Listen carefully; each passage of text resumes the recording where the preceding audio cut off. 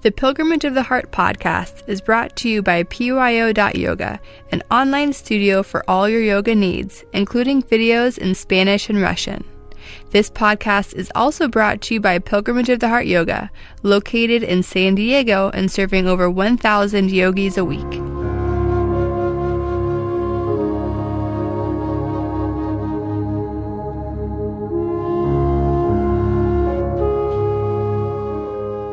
Welcome to Pilgrimage of the Heart interviews. Join us as we explore fascinating people and ideas in the world of yoga.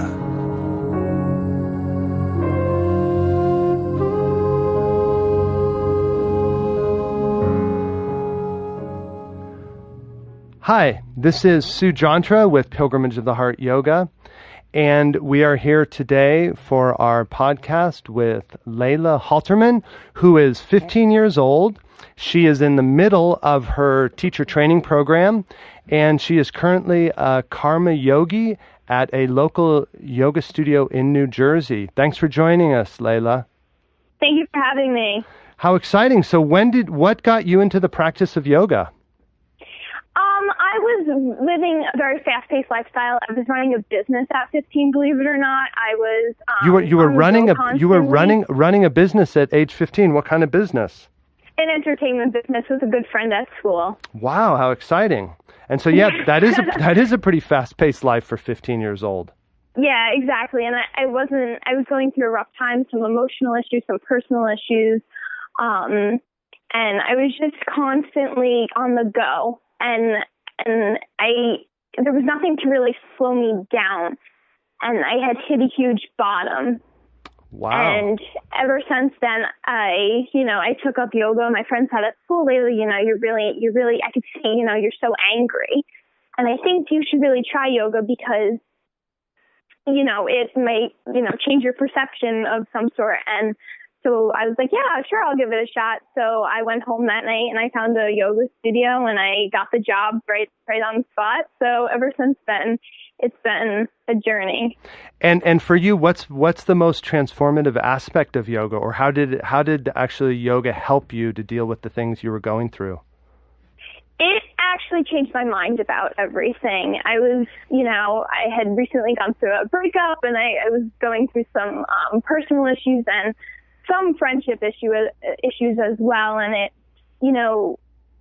took me to the other side of it because we can be so quick to get into the negative talk of, oh yeah, what did I do wrong? And then I realized, after a couple months, I didn't do anything wrong. It was just, there was a greater plan for me out there.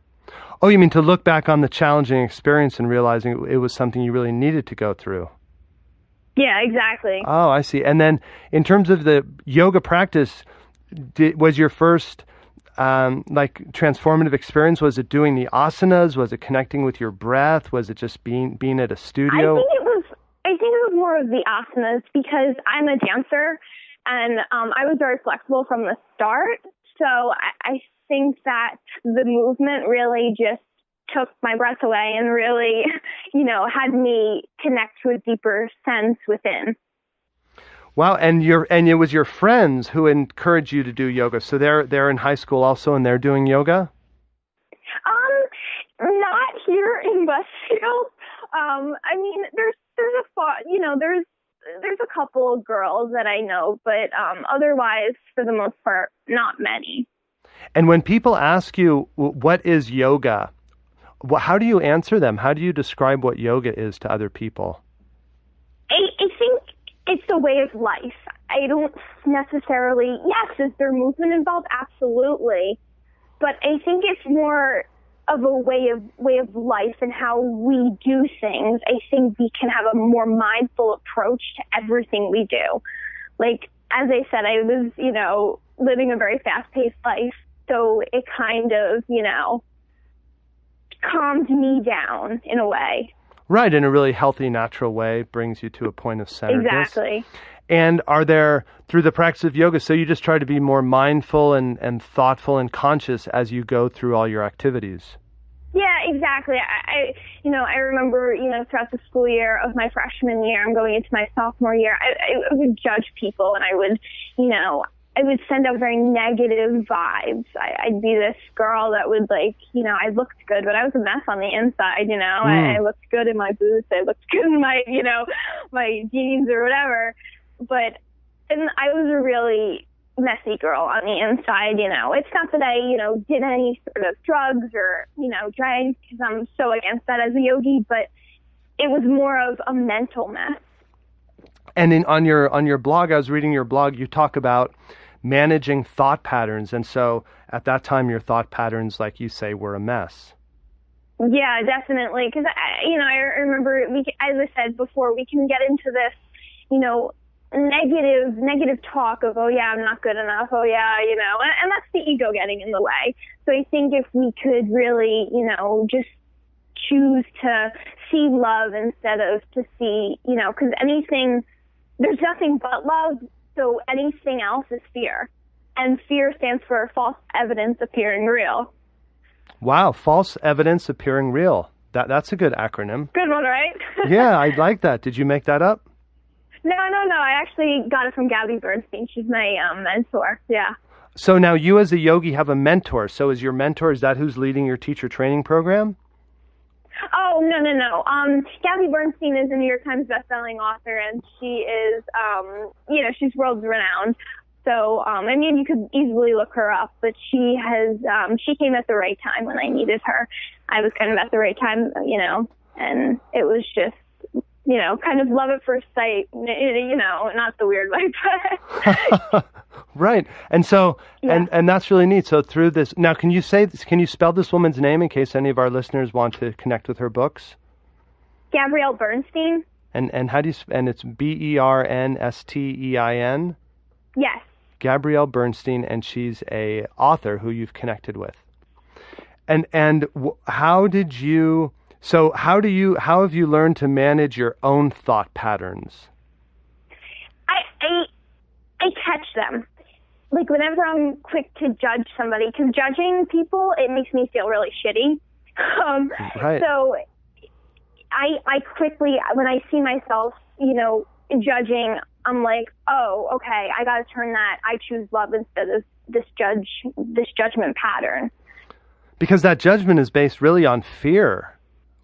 Yeah, exactly. And it's for direct reflection on how we think about ourselves. Oh, right. That's very perceptive.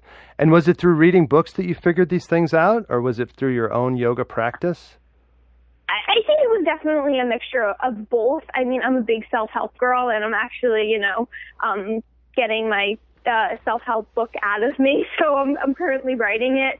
But also, I think it was through the yoga practice, because there have been many yoga teachers that have come into my life in the past couple months, and they've taught me a lot as well.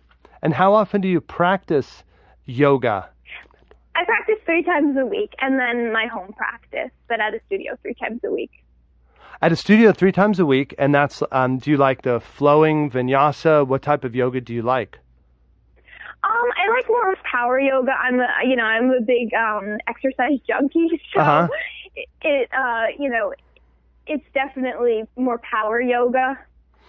And then for your own practice, you have a home practice and you practice on your own at your house? Yeah, I like Kundalini Yoga. I think that's my home practice, but the more of the movement really stays at the studio. And then the Kundalini, what does Kundalini Yoga mean to you, or what type of practice do you do? For those listeners of ours that don't know what Kundalini Yoga means. I think Kundalini Yoga is more of like a breathing type of yoga. It's more of, how do I don't practice that often, so I couldn't give you a well-rounded background of it, but I think Kundalini Yoga is more of like a breathing. It's not more of a movement. It right. is and it isn't. So you're doing the pranayama, slowing down your breathing. Yes, exactly. Do you do the alternate nostril breathing? Yes, yeah. That feels really good, doesn't it? It is. I taught that to my niece. She's 18, and right away she was able to use it to help herself relax and be calm. Now, Layla, it says here in your biography that you're working on your first self-help story. What's the story about? I think it's about my my personal experience. It's more of a memoir. It's more of my practices and how I became probably one of the happiest people I know, as Gabby Bernstein would say. Wow, that's a good achievement. Yeah, exactly. And I think, happiness, I think everybody wants happiness, but not everybody can achieve it. It's more of, as I said, a mindful approach. Right, and the ancient books of yoga say that happiness is the nature of our deepest self. And yeah, exactly. And I love this one. Happiness is a choice you make. We get up every day and we could, choose happiness. It's not something that comes from, I remember I was looking for happiness in all the wrong places. I was looking for it in a boyfriend. I was looking for it in a new pair of shoes, a new pair, pair of jeans or whatever, a new pair, a handbag, whatever. And I think it totally failed because it was more of, we just get that quick hit. It's just a high for, 2-3 weeks, and then it kind of wears off. Because they're not putting happiness in the purses at the factory. Happiness isn't in things; it's inside ourselves, right? Yeah. And is it for you? A lot of this seems it's all about making the right choices or certain choices in life. Yeah, exactly. I think it's so important, especially during your teenage years. It's so important to make good choices. I remember we had a health teacher in middle school. She'd always, whenever we walked out the door, she'd always say, make smart choices. And I always, and a lot of kids would make fun of that. And I was always a little more mature for my age. And I would always, take those words into consideration and, say, always make smart choices. And I'm sober, I'm not, this girl that, does drugs or, drinks, whatever. I'm not into that. Right. I think that you've chosen to live healthy and get high off life itself. Yeah, exactly. Because I think, as I said, the hype of material things can really get us, screwed up. Yes. And now, Layla, you're in the middle of getting your teacher training credential. And what are you going to do after you graduate? Teach yoga and teach meditation, and I'd like to travel a little bit more and teach around the world. That's a great goal. Here at our yoga studio in San Diego, we have about 20 different yoga teachers, and some of them do workshops in Bali or Costa Rica and lead all kinds of training. So there's so much yoga teachers these days can do. Yeah, exactly. And then it says also in your biography that you are an ambitious motivational speaker. So what do you hope to do with motivational speaking?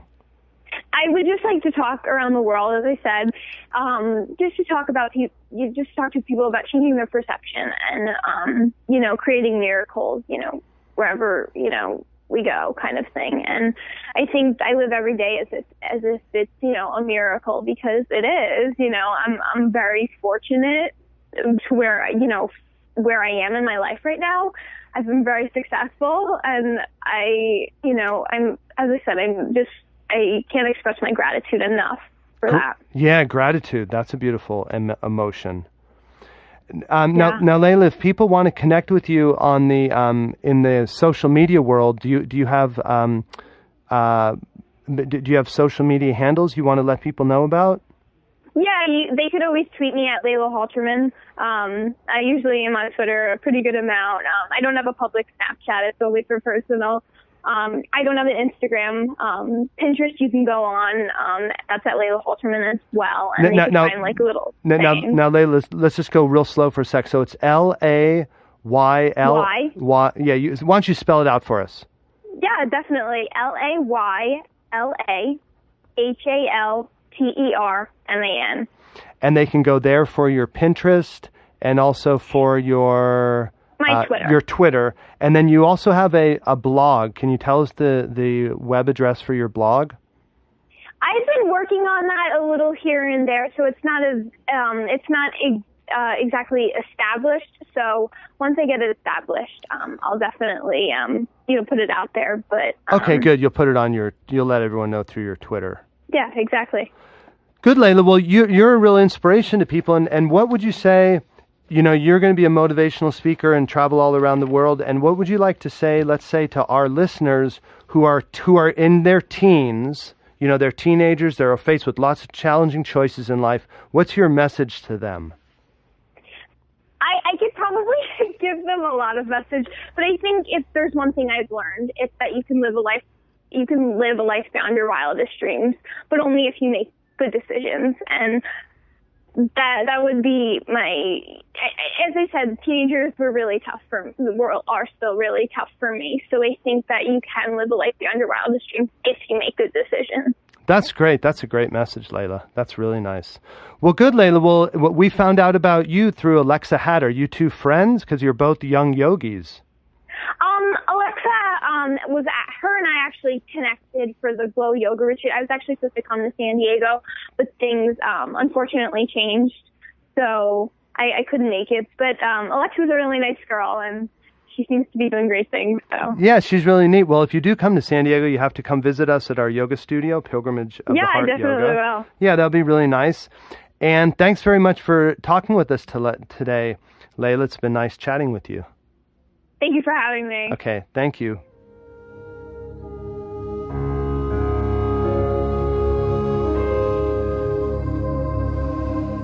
Thanks for joining us. This has been a production of Pilgrimage of the Heart Yoga. Join us at our studios here in San Diego or visit us online at pyo.yoga. Namaste.